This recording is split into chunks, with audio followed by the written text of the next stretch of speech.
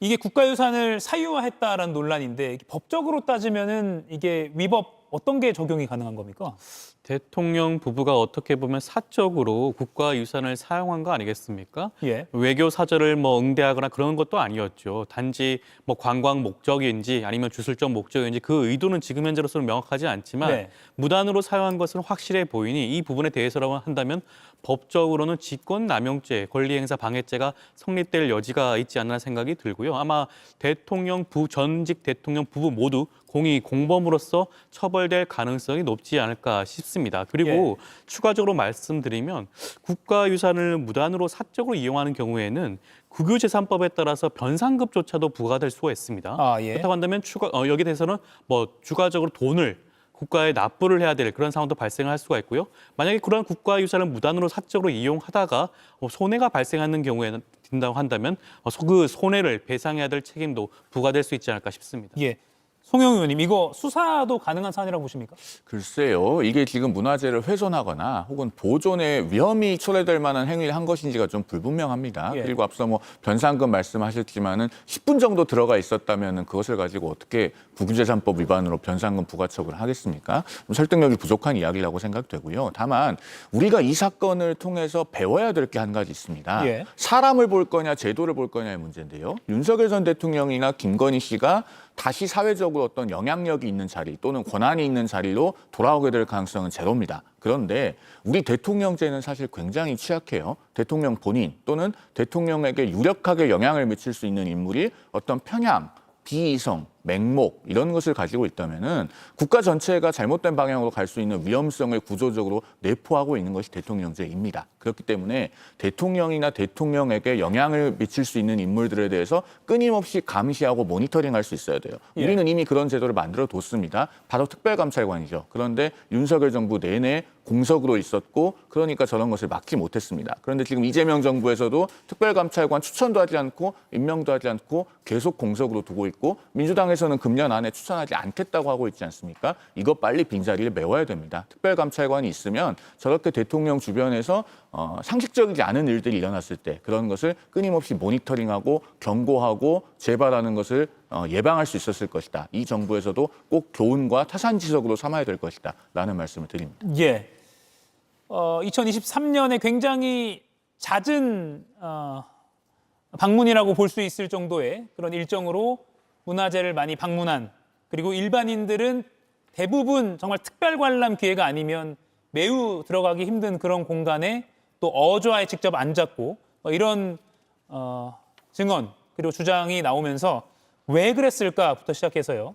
당시 대통령 부부가 어떤 마음으로 공직에 임했느냐 등등의 여러 가지 또 뒷말이 나오는 것 같습니다. 앞으로도 조금 이건 지켜봐야 될 사안 같습니다.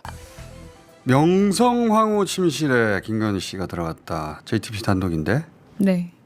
지난 2023년 3월 5일 윤석열, 김건희 내외가 갑자기 경복궁을 방문해 건천궁에 있는 명성황후 침실이자 시해 장소였던 곤영합에 들어갔다고 합니다. 여기가 출입 통제된 곳인데 문 열라고 해서 들어갔다는 거 아닙니까? 그렇습니다. 경호관 없이 두 사람만 들어가서 10분 동안 머물렀다고 합니다.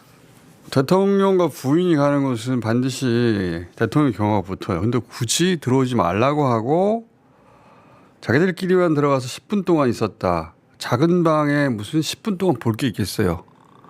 문화재라 하더라도 왜 그랬을까 제 생각을 해요. 거긴 왕비가 시해되는 곳이에요. 무속적 관점에서 귀신, 그것도 한이 맺힌 강력한 귀신이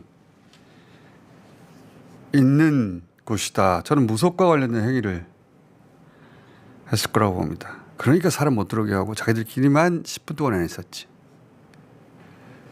저는 그랬을 거라고 짐작하는 바인데, 근데 그런 왕들의 건물 며칠 전부터 계속 그 뉴스 나오는데 돌아다닐 때 혼자 양산 쓰고 선글라스 낀 그 장면이 있잖아요. 네. 저 디올 자켓이라면서요. 예. 그렇습니다. 380만 원 상당의 디올 재킷이라고. 네, 그런 거 입을 수 있어. 네. 근데 저 때는 대통령실 아니요, 이 옷 필요 없고요. 예.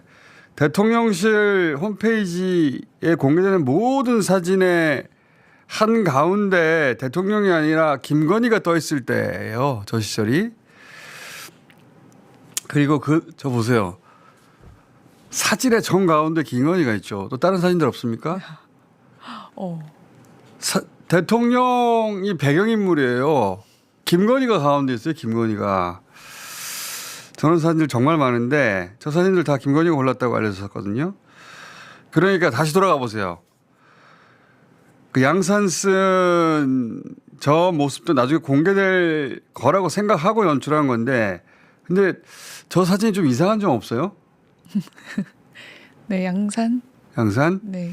의원. 뭐 양산 쓰고 혼자 선글라스 끼고 그런 거는 이쁘게 보이려고 한 건데 이배용 위원장 손잡은 걸 보세요.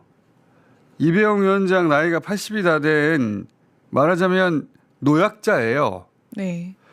노약자를 위해 손을 잡은 거면 노약자 몸 쪽으로 손이 가서 노약자가 그 손에 체중을 실어 의지해야 되는 겁니다. 그죠? 네. 근데 손을 자기 쪽으로 당겨서 잡았죠. 네. 마치 지팡이처럼.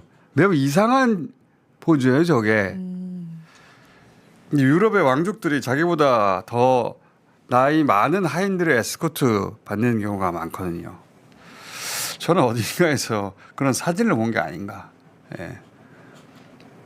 저런 모습이 저거 이제 찍어서 나중에 공개하려고 그랬던 것 같은데 저런 모습이 자기가 생각하는 왕의 건물을 방문하는 왕족의 풍모였던 거라고 보여진다.